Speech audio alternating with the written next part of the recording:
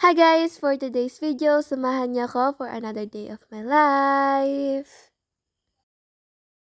Grabe na nga sa pagka-busy ang person at ngayon lang ako nakapag-upload ulit ng video ng may voice over. Kasi nga, napakadami ko talagang ginagawa. Yung tipong kakarating mo lang galing school, may gagawin ko ulit sa bahay. At ngayon nga ay nagtitiklop din ako ng mga tiklopin ko dahil yan ay matagal na talaga diyang nakatambay. Nilabhan namin yan yung Saturday tapos ngayon, ngayon, Wednesday. Pero sinimulan ko na yung tiklopin nung Lunes, kaso lang hindi ko talaga natapos kasi sobrang dami kong ginagawa. Pagkatapos ko nga magtiklop, akala ko tapos na talaga yung gagawin ko. Kaso lang nang pumasok ko sa kwarto ko, yun na nga. Yung kwarto ko na parang binagyo talaga. Sobrang kalat talaga. Tapos ngayon ko lang nakita yan na ganyan kakalat. Tinitingnan ko pala nga parang pagod na talaga ako. Kasi tingnan nyo naman, ang dami talagang nakakalat. Tapos yung tubalan ko nakabalandra pa dyan. Tapos yung mga uniform ko, basta-basta ko lang nalagay dyan kasi nga, ang dami ko talagang ginagawa. Pero dahil ako din naman nagkalat niyan, sikapin na din nating linisin kasi kwarto ko din naman yan eh. Naiirita din kasi ako kapag nakikita kong sobrang dumi ng kwarto ko. Yung tipong nakakasakit talaga tingnan kasi sobrang kalat talaga. Yung mga bag ko nakakalat, tas yung mga uniforms ko nakalagay lang dun sa may isang gilid. Ito na talaga nga ang resulta ng sobrang kabisihan. Pagka-uwi ko po kasi galing sa school, magpapalit lang ako tapos bababa na ulit ako, tapos sa baba na ako nag-iintindi. Kaya nga po dun sa pagbebenta ko ng mga fuzzy wires, nakaka-time consuming po talaga yung paggawa nun. Pero okay lang naman kasi nga kumikita din naman ako dun, tapos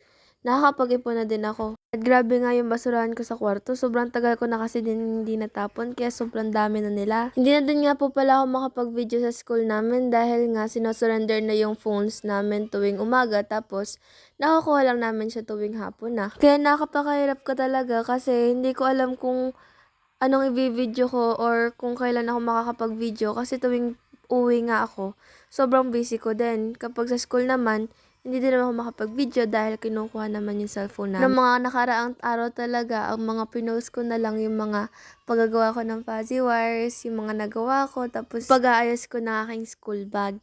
Pero for today naman po, wala naman po ako masyadong gagawin, tapos hindi naman po ako masyado busy.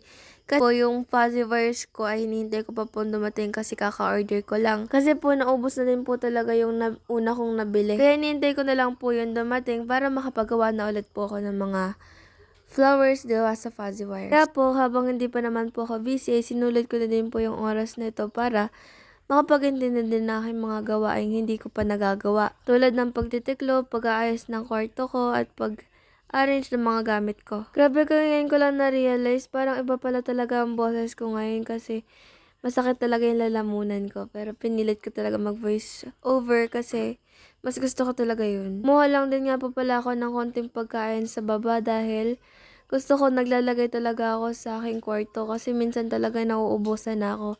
Kasi hindi naman nga ako kumakain agad. Tapos kapag wala na, tsaka ko pa hinahanap, kaya nagtatabi na din ako ng para sa akin. At pagkalipas nga ng mahabang oras, ay natapos na din ako sa paglilinis ng kwarto kong napakadumi kanina. At time check nga, it's only 7:13. Oh, 7:14 pala. Nagbago bigla. At ito na nga po pala ako pagkatapos ko maglinis. Kahit nga po sobrang ikli lang nito dito sa video, pero sobrang tagal po talaga ng paglilinis. At yun lang guys, thank you for watching. Bye-bye!